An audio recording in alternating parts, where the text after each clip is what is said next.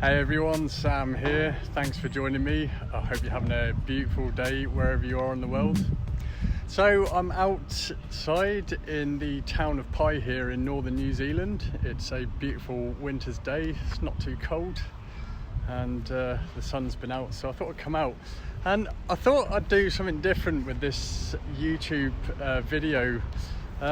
Some of the YouTube videos I've watched on certain channels that I subscribe to, there's some people that do walk and talks where they answer people's questions, so it's like questions and answers. So I thought, why don't I do the same? So in this video I'm going to answer some of your questions that you've left me in the YouTube comment section, and yeah, we'll see if we can answer those. And if you like this video and you want me to do more of these, then let me know in the comment section below. So even put your questions, your art related questions you have, in the comment section below, and I'll answer them.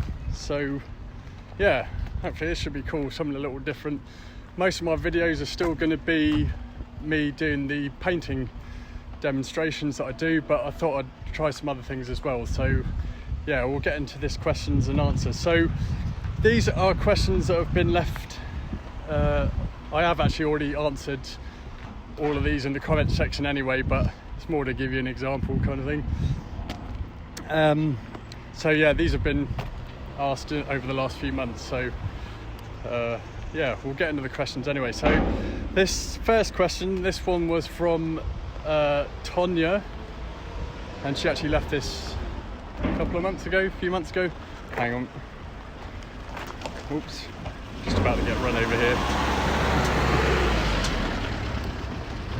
I look like a weirdo walking around talking to a mobile phone. So the first question here is, new subscriber, I tried this today and obviously it totally failed, so I'll put the picture of the painting up.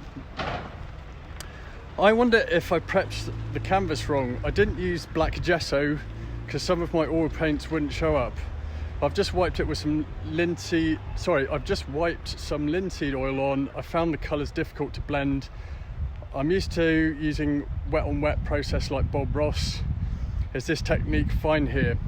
So the video she's referring to was one of my first videos. I recorded it about 3 years ago, and it was that little painting I did of Mount Talbot in southern New Zealand. It's a scene that I've painted a lot, and I'll put the link to that video below. But if you haven't seen it, basically I paint a mountain scene, and the canvas panel I had already had a coating of black, I don't know if it was black gesso or whether it was just toned with some I think it was probably a mix of like ultramarine blue and burnt umber, but anyway, it's a very dark tone.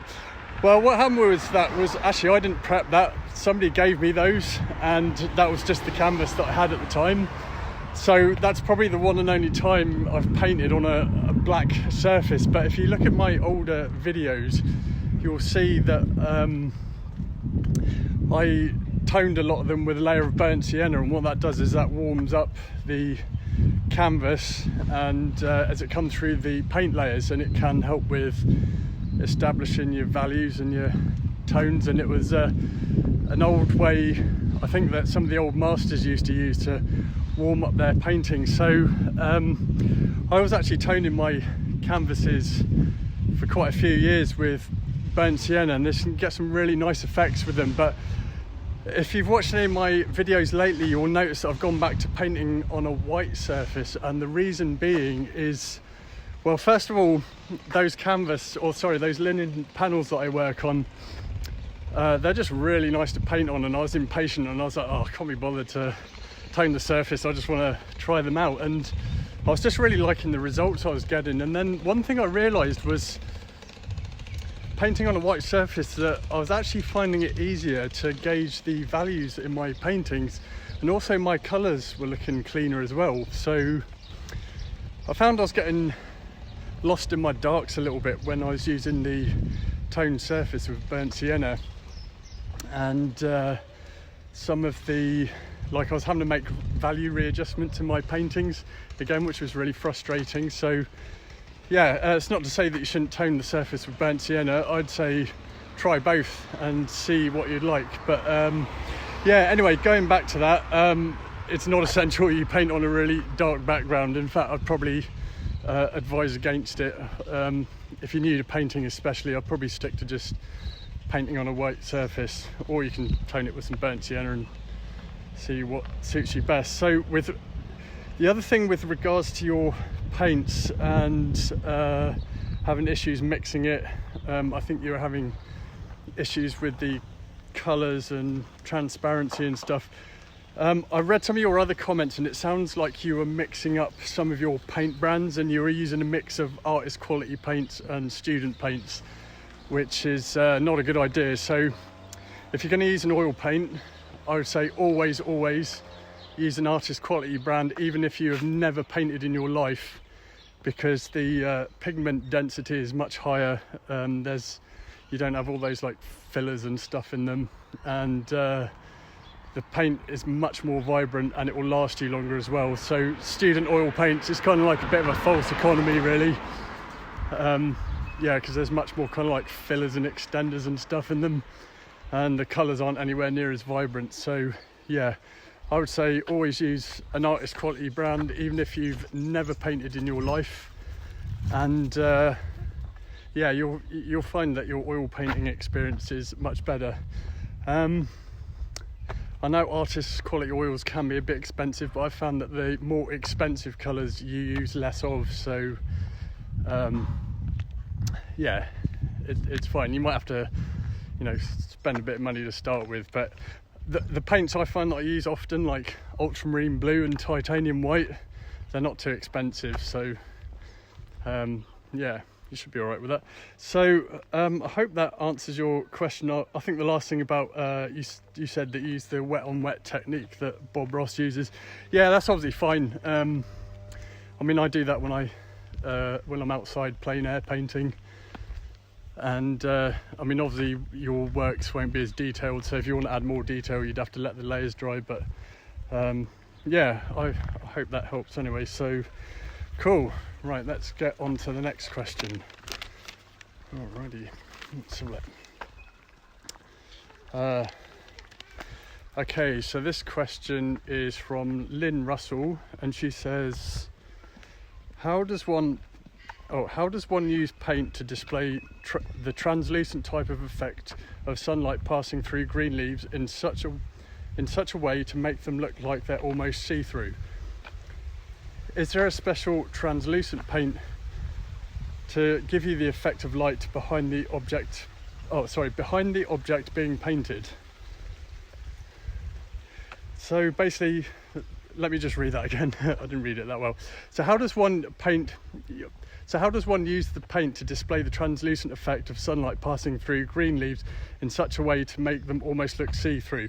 So I don't think it's translucent paint you need. So basically this is all related to values, which is how light or dark a subject is. So if you're going to paint a scene where you've got trees and you want some of that sunlight passing through, to really emphasize it, I would make the darks, I'd really emphasize the darks, so like the shadows in the leaves, for example, so make it look like the dense clumps of leaves. Perhaps you'd want your actual background to be dark. You could have lots of stems and branches in there. They're naturally dark in value anyway.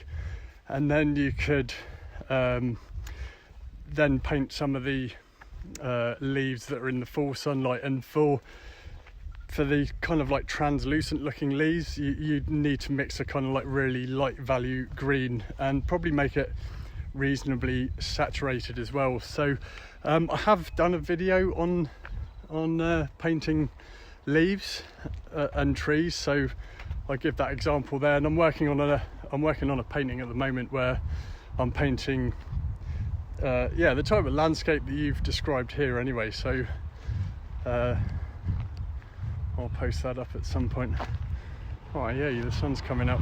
I'm just walking along the road here. So Paihia is just a little town. I'm about to go and I think I'll go and walk in the forest over here. There's a really good Department of Conservation walk. So I'm going to walk up there, I think.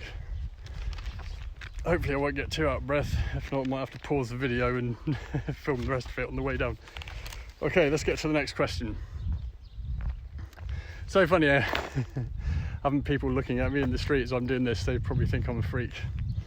Anyway, this person says, this person called Luna says, I'm curious about your brushes at Rosemary and Co. Which line do you use? So which line of Rosemary and Co. brushes am I using? Do I use Ivory, Evergreen, Master's Choice, Bristle? Good question. Yep, so I use Rosemary and Co. brushes.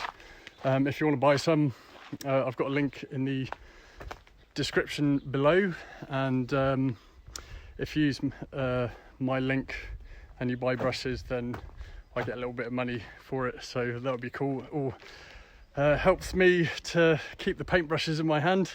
But anyway, I keep my brush range really pretty simple. I mostly use flat brushes, filbert brushes, and round.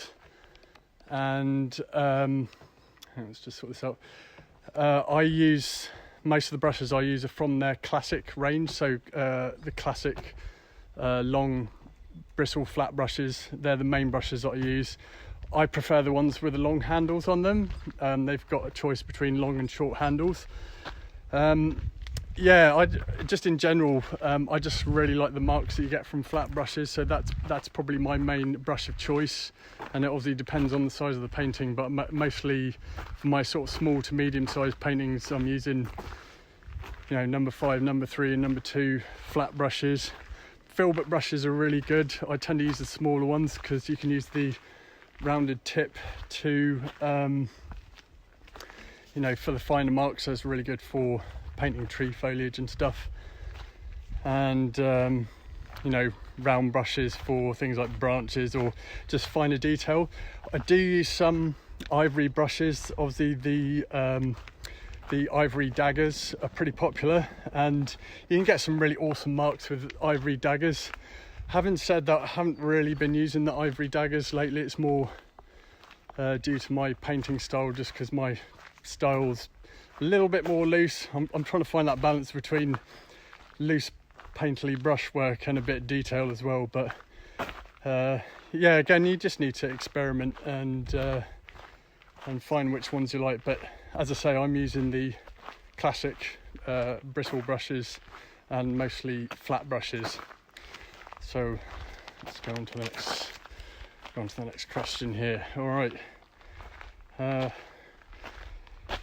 Princess Aloe Vera says, can you please tell me the brand and full colour name of your yellow oxide?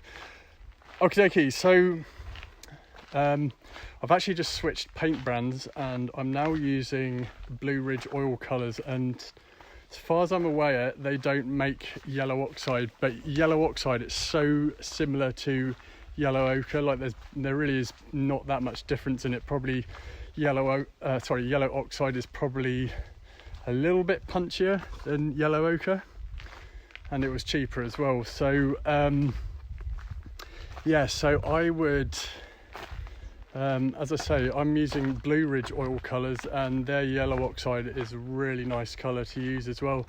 I find it doesn't dry quite as quickly as yellow oxide as well, which is good, because means when I come back to paint the next day, the paint hasn't already dried on my palette. So but yeah, there's a link in the description below for the oil paints I'm using. Let's go on to the next question here, and this is by a person called Philip. Hang on, I'm using an Osmo thing to balance this out, and I'm still not that good at using it. Let's say, thanks, greatly appreciated, Samuel, for your plein air painting. Enjoyable video as always. Although I'm not using oil paints yet, I would like your opinion on watercolor or oil paints. Is it possible to use your methods in watercolor paints? Painting with watercolors is completely different. So the thing with like oil paints, and the same with acrylics, is generally kind of start dark and then you work light. So I always start off by painting the dark values first, so I can quickly establish that whole tonality in the painting. And that's how that works with oil paints and acrylics, and both are much more forgiving. Oil paints especially, in my opinion, I think oils are the easiest paints to work with, but that's my opinion. Now, I'll be honest, it's been years since I've painted with watercolours, and I can't even remember the last time I painted a landscape in watercolours, to be honest. I have in the past, and it might be something I'll get back into at some point, done botanical paintings, which I think watercolours really suited to, like botanical paintings or scientific paintings. Really good. But yeah, I know with watercolours it's kind of like the opposite, so you'd start off light and then you'd add your darks in. Obviously watercolours, you've got to be a bit more accurate with them, but yeah, I probably haven't really answered that question that well.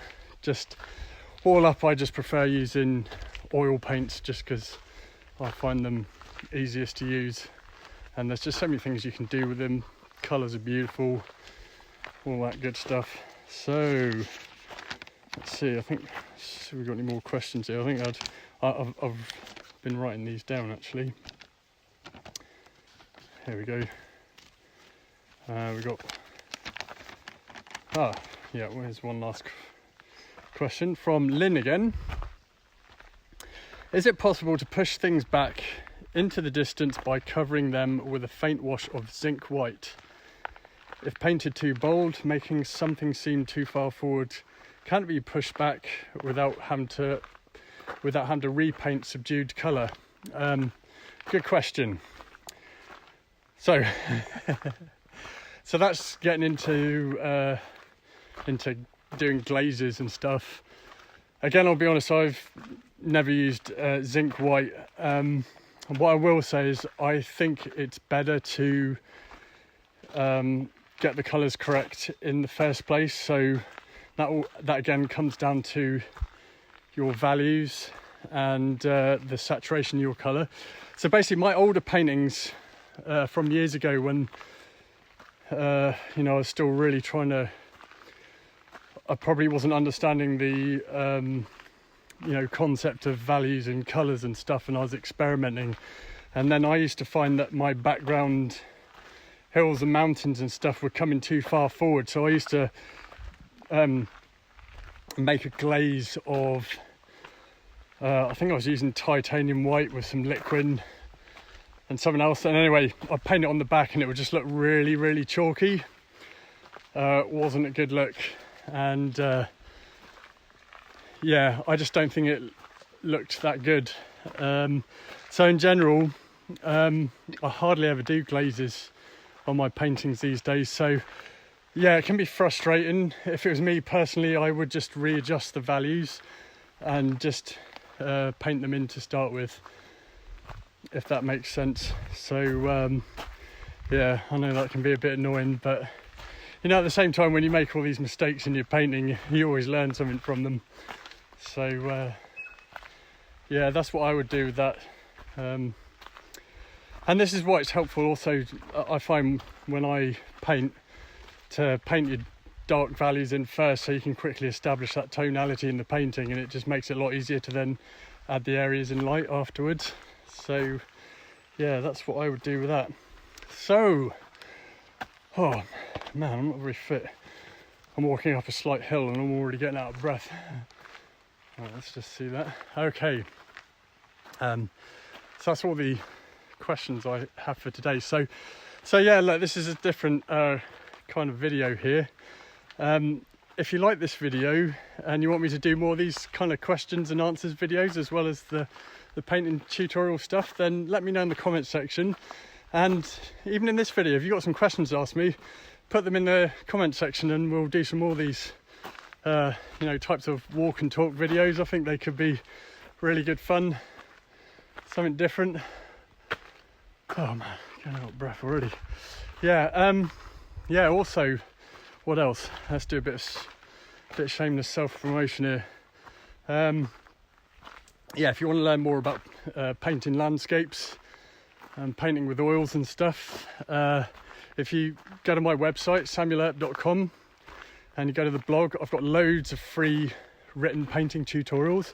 Also, if you subscribe to my email list, I'm giving away a free ebook on introduction to oil painting. So it's all the basics of oil painting, and there's some links to buy materials such as oil paint brushes, canvases and stuff.